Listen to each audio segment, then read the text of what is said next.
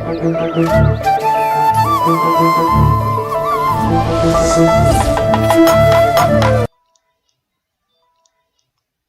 சித்தப்பு என்று இப்போதும் அந்த ஒரு டயலாக் தான் கார்த்திகின் தேசிய கீதமாக இருக்கிறது.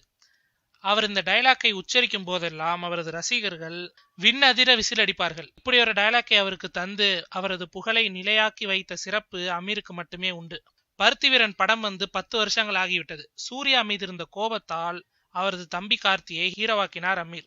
இந்த படத்தில் கமிட் ஆவதற்கு முன் கார்த்தியின் தோற்றத்தை பார்த்தவர்களுக்கு தெரியும் அமீர் கார்த்தியை எப்படி பட்டி பார்த்து தட்டி தட்டி உருவாக்கி இருக்கிறார் என்பது. அவ்வளவு தொந்தியும் தொப்பையுமாக இருப்பார் கார்த்தி. இவர்தான் சூர்யாவுக்கு தம்பி என்றால் ஒரு பய நம்ப மாட்டான். ஆனால் அவரை சுருக்கி சுண்ணாம்பாக்கி ஒளிப்படைக்க வைத்த குருநாதர் அமீருக்கு கார்த்தி செய்த நன்றி கடன் என்ன அப்படின்னு கேட்டீங்கன்னா, சில தினங்களுக்கு முன் பருத்தி வீரன் 10வது வருடம் பிறந்ததையொட்டி ஒரு நன்றி கடிதம் எழுதியிருக்கிறார் கார்த்தி. அதில் படத்தில் பங்கு பெற்ற அத்தனை பேருக்கும் தனித்தனியாக நன்றி சொன்ன கார்த்தி ரொம்ப ஞாபகமாக அமீரின் பெயரை மறந்தார். ஒரு வரி கூட அவரை பற்றி எழுதவில்லை. இந்த கடிதத்தை படித்த அமீர் ஒரு சின்ன நமட்டு சிரிப்புடன் நகர்ந்து விட்டார்.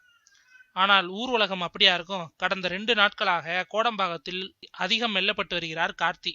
நன்றி பெரிய வார்த்தை, அதை கூட்டல் கழித்தல் கணக்காக மாற்றுவதற்கு யாருக்கும் உரிமை இல்லை.